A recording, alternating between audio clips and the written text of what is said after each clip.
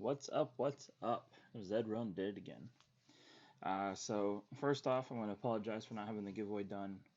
Um, had some stuff kind of come up that caught me off guard, outside of Zed, and that's kind of distracted my focus. And I didn't even realize it was February 1st yesterday, especially with this new tournament coming up. Um, so I apologize for that. I went to do the live stream right before I started creating this video, and then realized that you need a 24-hour wait period for YouTube. Um, so I'll be doing the horse giveaway Friday, and I'll go ahead and do that live. We had a lot of entries, um, and the family racing, being the rock star that he is, about 5 for this month, so that gives his lifetime total up to 10 going forward. And then he has 5 in both entries, so super rock star there. But yeah, so we'll be doing the giveaway Friday. We're going to be breaking down this breeding improvement that kind of caught me off guard, because I was in Zed General when they were talking about a breeding update a few weeks ago. I know BG posted it on his Twitter, and they were talking about how changes to breeding is more an aspiration than an even tangible idea. I go to bed and wake up 4 hours later to my phone blowing up, telling me that breeding's changing, breeding's changing. I'm like, what are you talking about? There's no way they're changing breeding already. And coming to find out, I was wrong. And it wasn't even an announcement. It was a community news update. So I don't know exactly what that means, but we're going to go through it real quick. I'm going to try not to read it word for word. But yeah, so just kind of run down. So after breeding updated or reopened, 175,000 horses have been bred. Let's see here. As a result, traits and abilities will be passed down through generations more periodically. What this means is that your skill, strategy, and knowledge, not only as a stable, but with others, will be rewarded for stronger performing offspring. We believe that it is the right time to deliver a major milestone part of our long-term plan to continue developing and expanding the ecosystem. The update will reward players who have selectively and strategically been breeding racehorses. So how will this impact? Existing abilities will not change. Moving forward, we expect the player experience to be impacted in the following ways. Stable owners who choose to breed selectively and identify racehorses with good genes are more likely to be rewarded with the foals that perform better on the racetrack. DNA decay. When we begin to see a winning racehorse among the lesser breeds, more winning racehorses among the lesser breeds. However, the lesser breed types will have limited opportunities to pass down their genes, as their breeding ability will decay.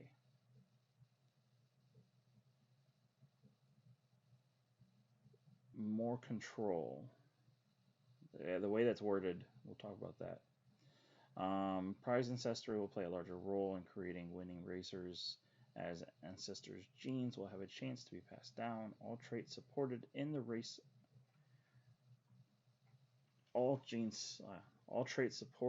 racing, current and future, will be passed down, and racehorses' breeding ability will have a chance to further diverge from its racing ability. Creating more competition, smaller stables will now be able to improve their family lines as effectively as large stables. Every racehorse will be able to gain upward mobility if bred strategically. Existing bred horses will not be affected, and existing racehorses' abilities will never be changed. With these changes, we expect to see a divergence in the racehorse population that separates the best breeders from the rest. We also expect to see specialists that are specifically bred for prefer certain race conditions. Target launch date is late February. More specific news will be added to the guide. And let's see here, we're going to see tournaments. We'll go over this. After the exciting announcement of the daily tournament, As soon as the day of the tournaments are live, they'll begin on the next iteration of tournaments, which expanding entry conditions, running both the daily and weekly tournaments concurrently, and more variation on formats such as dedicated paths and more. These iterations will come with improved design for stables to easily navigate through different tournaments and learn more about their standings and results. Love that. Horse renting. When it comes to renting, our mission is to make the game more welcoming and accessible to new players. And yeah, our focus right now is getting trial horses out to new users to experience the game before having to purchase their own racehorse. Peer-to-peer lending is well underway and currently being scheduled to roll out in 3 phases. This will help maximize the Zed token. If you have strong thoughts, make sure you go into the product portal. We want to make sure to introduce the lending market. There is enough value for the borrower versus just buying a horse. How this will impact the wealth and concentration within the player ecosystem. Alright, so let's break this down.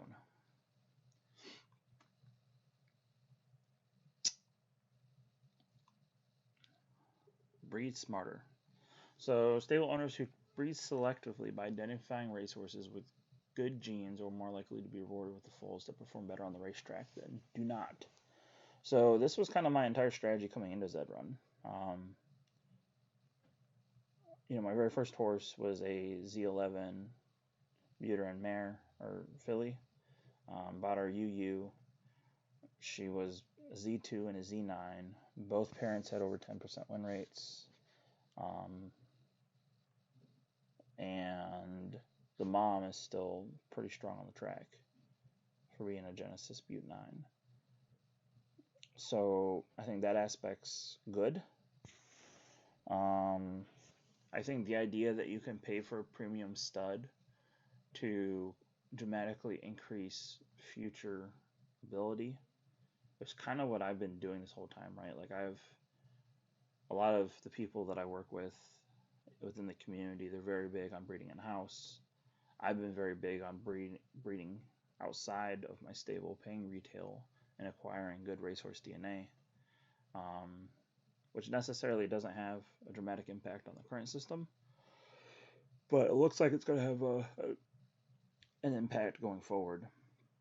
DNA decay. So this one's a little tricky, right? We have to remember that Zed Run, even though they're communicating well now, they love to be deceiving because they don't want to give away too much, right? A lot of times they do things in ways that they can be misinterpreted, I believe, just for the sake of keeping the game discoverable, right? So we will begin to see more winning racehorses among the lesser breed types. So according to Zed Run definition, we go to Know Your Horses, if it's going to work. It's loading. Breed type as a Genesis Legendary Exclusive Elite Finny Pacer Cross, right? So per this update, there'll be more winning horses amongst lesser breed types.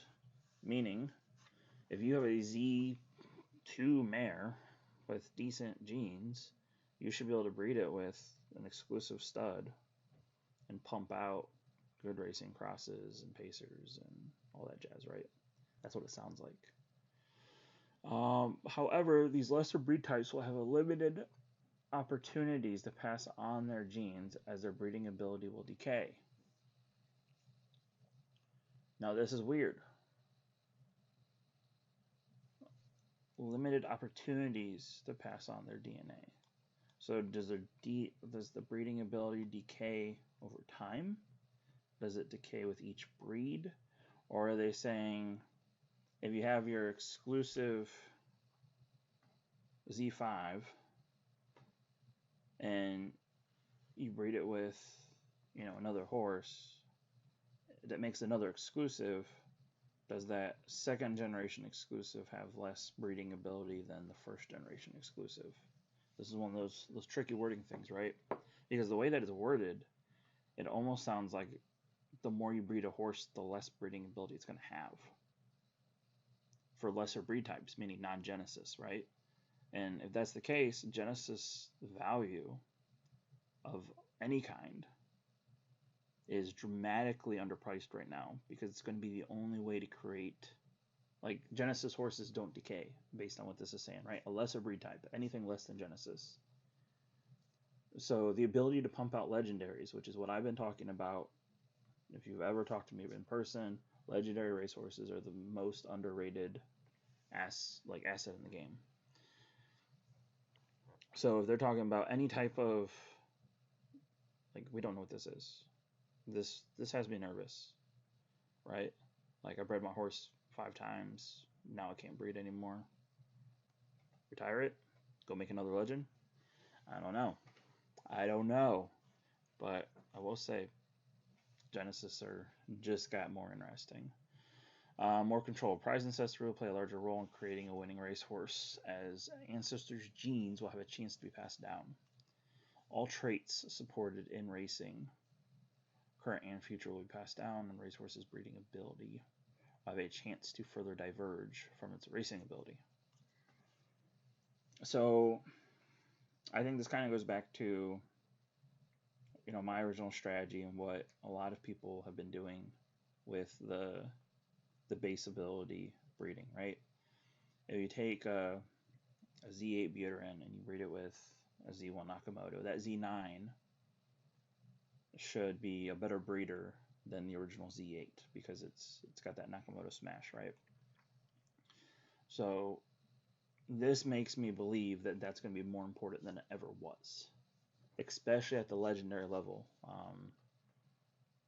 The fact that you can't hold legendary, I think, has always been something that speaks volumes, and I thought was very important in the breeding hierarchy. And the fact that they're saying that breeding ability and racing ability can diverge, but racing ability is more able to pass down. See what they're doing there? They're being tricky. I just woke up. I'm just starting my first cup of coffee, so I apologize if you have much better ideas on this. This just threw me for a loop. Creating more competition. Smaller stables now be able to improve their bloodlines as effectively as large ones, meaning if you can work out a breed deal or you pay for a premium stud, it should pay off, right? We expect to see a divergence in racehorse population that separates the best breeders from the rest. We also expect to see specialists that were specifically bred for preferred certain race conditions. So I think this is probably the second most important part of this. So I believe the first most important part is, I still believe anything that's a legendary horse with Nakamoto blood is extremely underpriced. Like, let's pull up Haku real quick while we're here, right?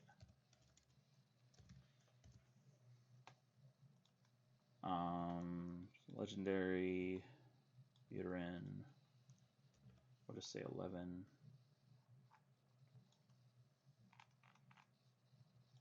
Low to high. Alright, so yeah, so here's a Z10 that is a Z9 and a Z1, right? For 0.013. You have another one right here for 0.029, right? And that's a Z3 Zabo and a Z8. So a floor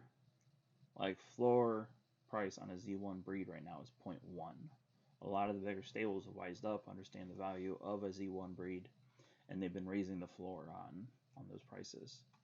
So, this horse right here is dramatically undervalued in my opinion. That's almost 10%. It's almost a 90% discount on recreation of this horse. And really any of these, right? Especially if it has shown any type of potential, or if it has any type of premium blood. Like, I just bought a Z11 exclusive male the other day because his dad was Zion. You know, how strong are exclusive breeders, you know, especially like a Elam Finney? Who knows? But how else am I going to get cheap Zion blood in the stable, right? Like, one of my things is I always want to collect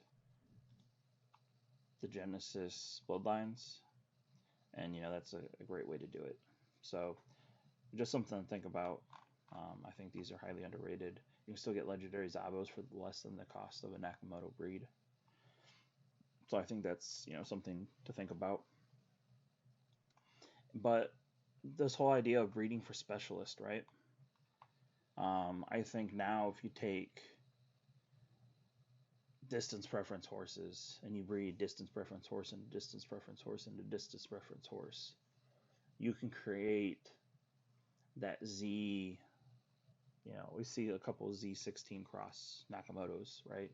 Or your Z33 Buterins. There's been some that have been good, right? Like there's Trash Donkey, which is Z22 or Z23, Super Specialist Sprinter. Purple Refractor is Z44 Buterin, Super Specialist Sprinter.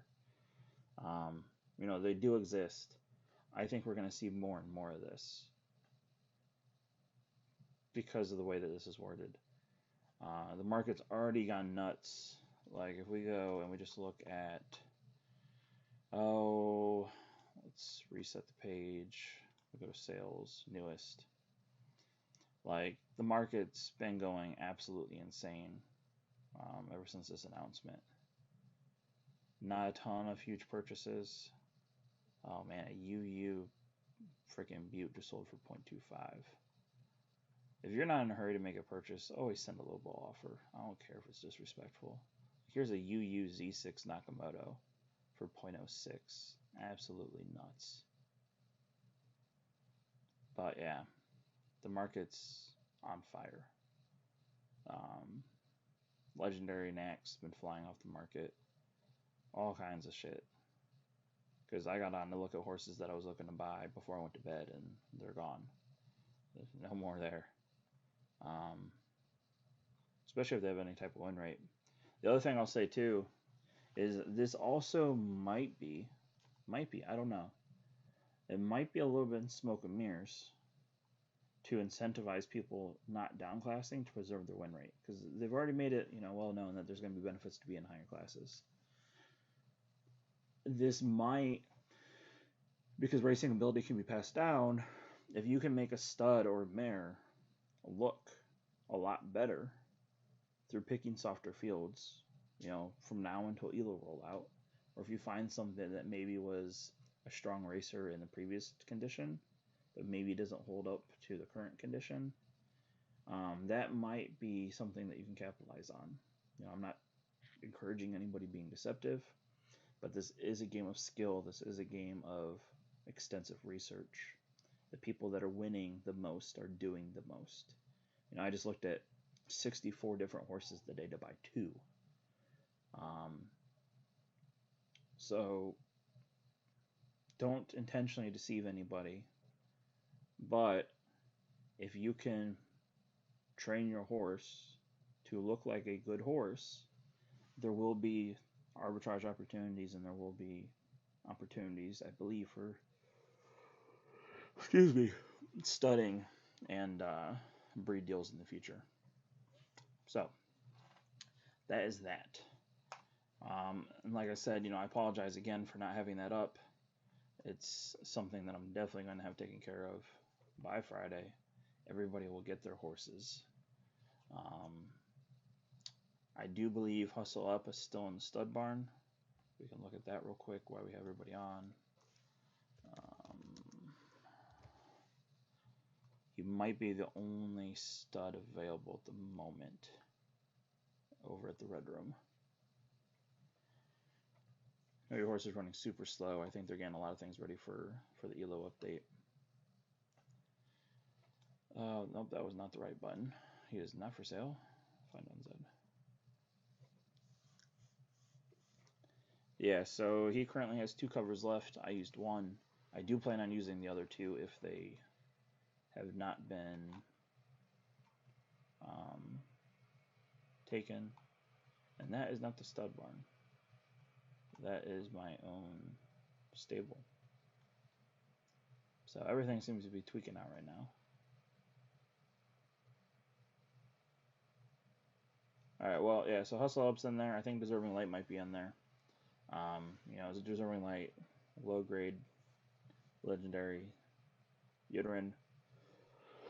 Hustle Up, a legendary Z5 Zabo. I will announce when South Zeal is going in to the stud barn and the schedule for the other two. We also have a breeding partnership coming up with Lucky Jacks. He's going to be offering up one of his horses at minimum in the stud barn.